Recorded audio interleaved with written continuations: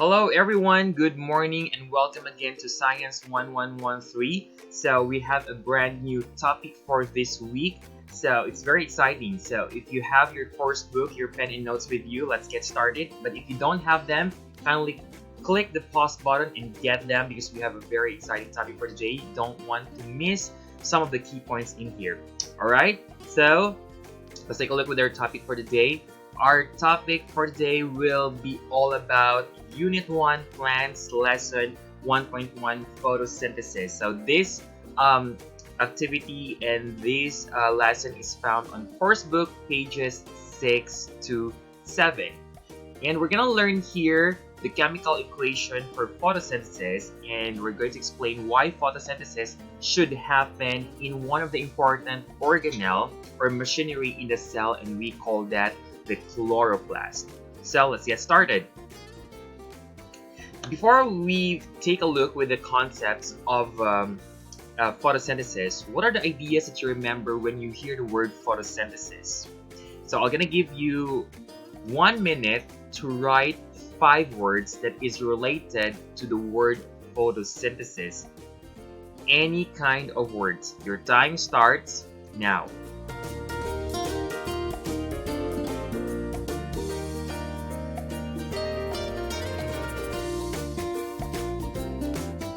So time is up. May I know what are the words that you have? So if you write there light, water, carbon dioxide, oxygen, all of those words are related to what we call photosynthesis. And so, to continue, I have here jumbled words that is found in your screen. So what I want you to do right now, you can take down notes of these words, and I want you to arrange those to make it the complete process of photosynthesis. Again, I'm going to give you 1 minute to copy those words here, or you can hit the pause button if you need more time. And after that, I want you to arrange those words in correct order so that we can form the correct equation of the word photosynthesis. Are you ready? Your time starts now.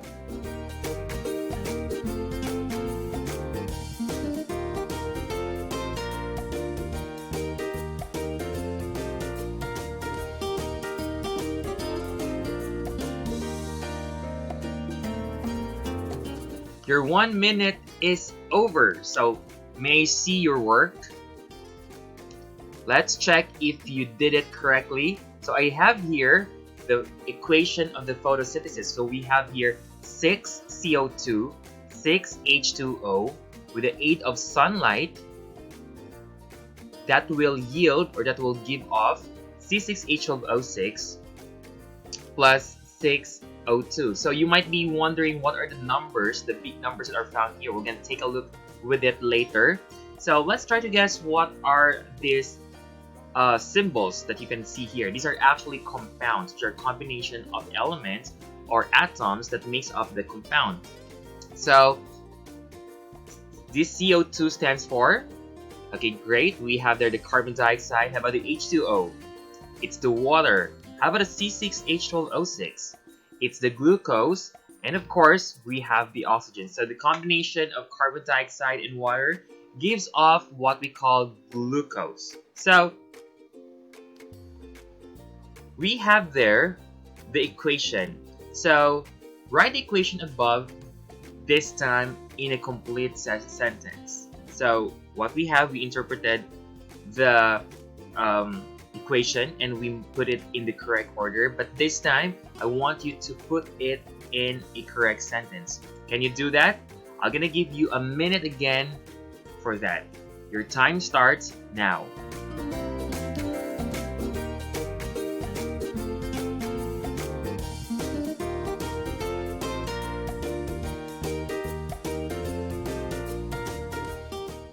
Time is up. So may I see the words that you put in there? Can I see the paragraph? Can you read it for me?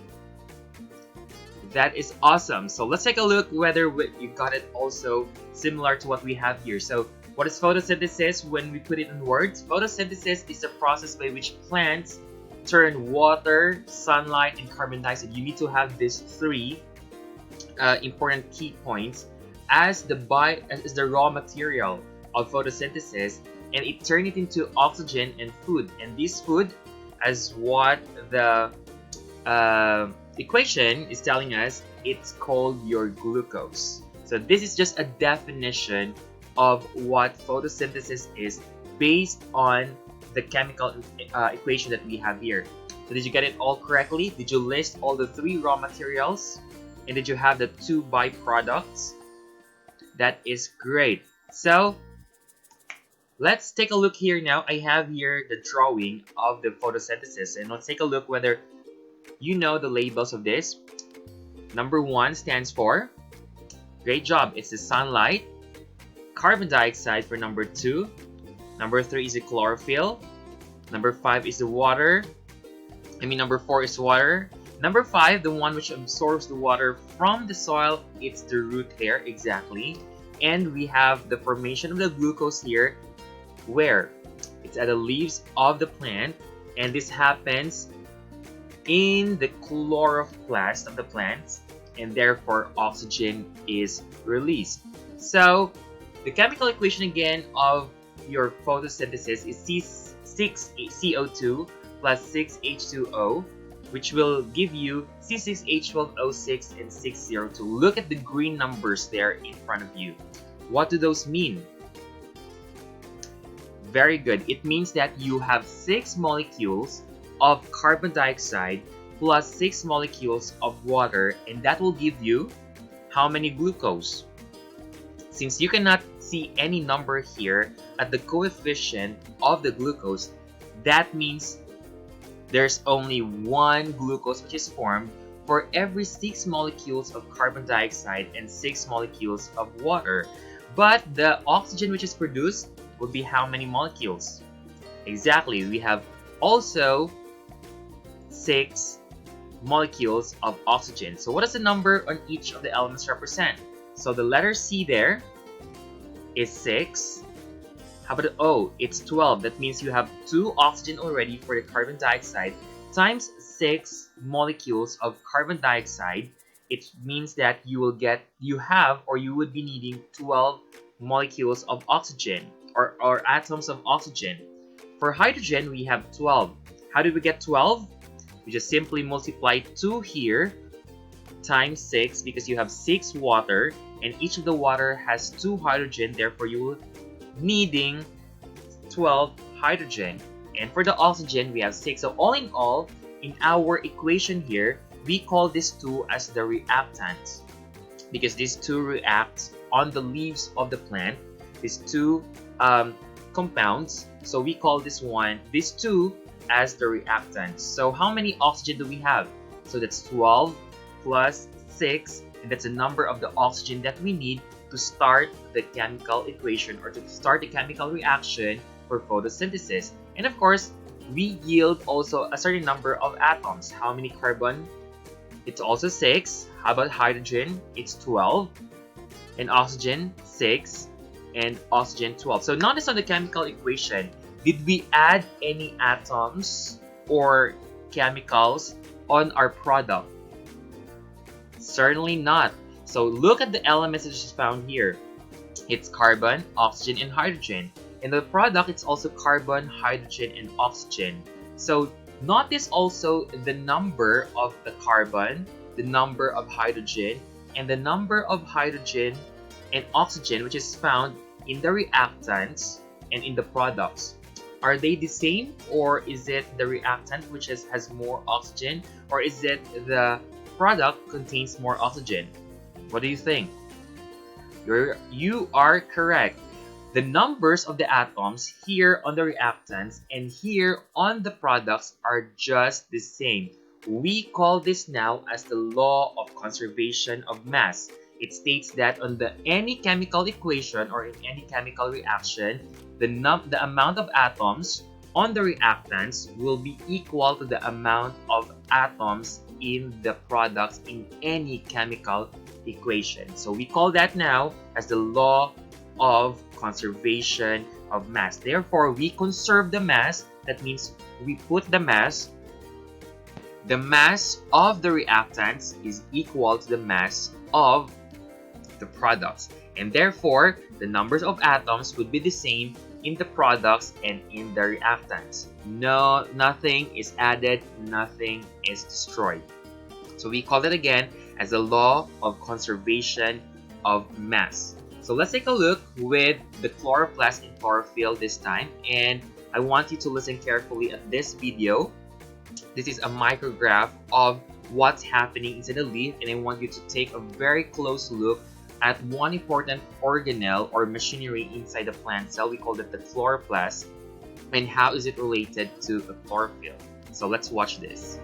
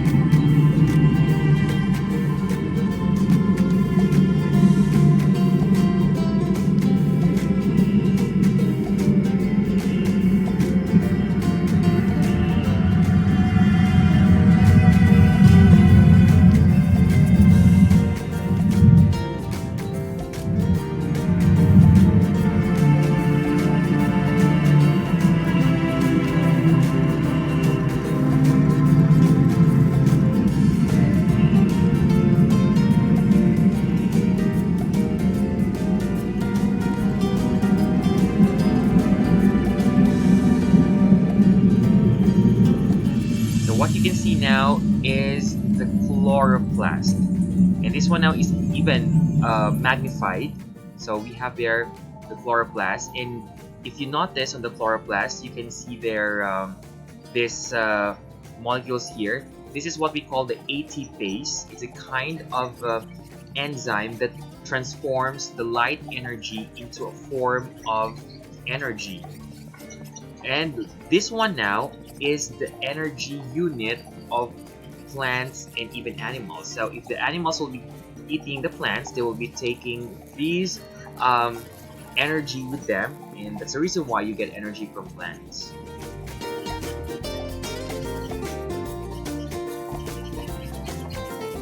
So if you notice, there are rotating things here. These rotating things, it's like a machine that every time it rotates, because of the sunlight, it produces the ATP, which is now the energy unit of all the plants.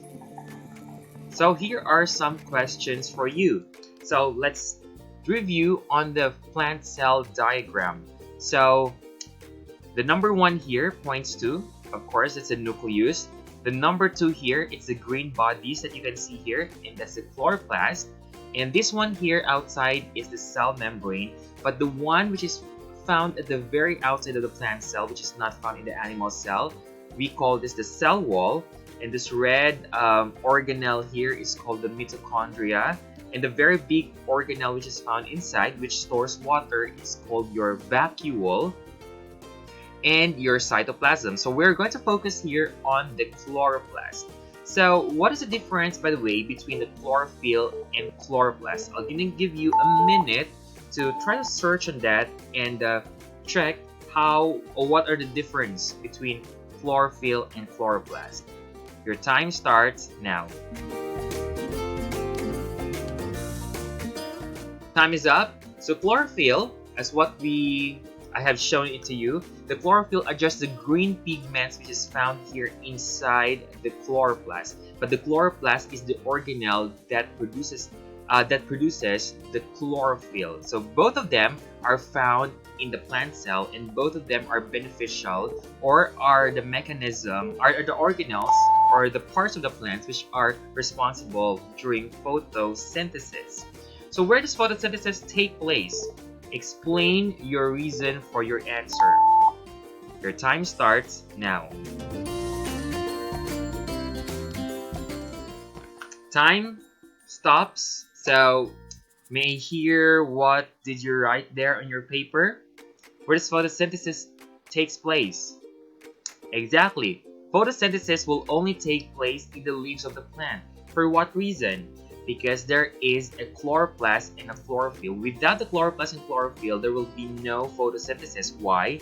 Because the chloroplast has the capability to capture the sunlight or use the sunlight to react carbon dioxide and water and disassemble these molecules of water and molecules of carbon dioxide and recombine it, thus forming now your C6H12O6, which is your glucose, and releasing the oxygen gas as a byproduct of that chemical reaction. So without the chloroplast and the chlorophyll, there will be no chance that that's going to happen. However, some of the plants might fail to do photosynthesis. So what do you think may happen if all plants cease or stop photosynthesis? What do you think will happen? Well, definitely your plants are said to be the autotroph. Autotroph means that they are capable of producing their own food. Therefore, there will be no food for the whole world. So, did we achieve our objectives for today? Are you capable now of stating the chemical reaction of photosynthesis? And can you explain why photosynthesis would only happen in the chloroplast? That's a great job. So, I want you to take a look with this plant in here. Not all plants can be like this, and I want you to pay attention really close to this plant. Venus flytrap.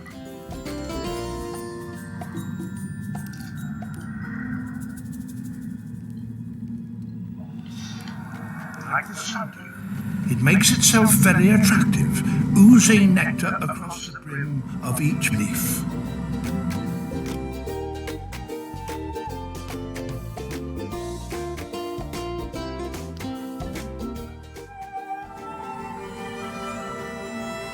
But any visiting insect had better watch out for these 6 tiny hairs.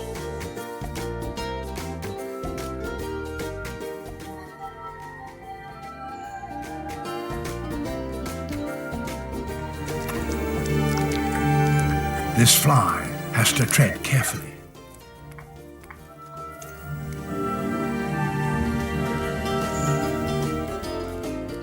If it strikes one hair, it can carry on feeding, but a timer has been set.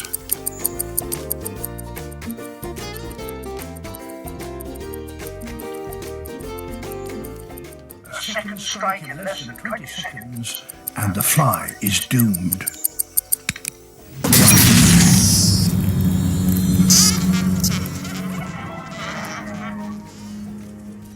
An electrical impulse is triggered, and the leaf snaps shut in just a fraction of a second. The tips lock together like prison bars.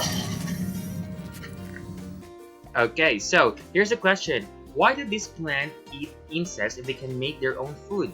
So why are they still eating?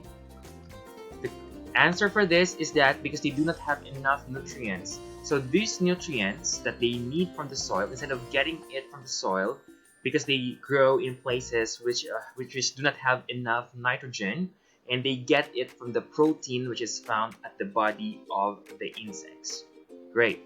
So as our part of the Sustainable Development Goals, so we have the climate action, and this is why deforestation is really killing the earth, because one thing, the plants are taking in a lot of carbon dioxide. So if we kill all the plants, because of the deforestation, what will happen here is that carbon dioxide will increase on the earth. And what will happen if it increases? There will be global warming. So we will be discussing more about global warming when we go to our topic about the chemical reaction.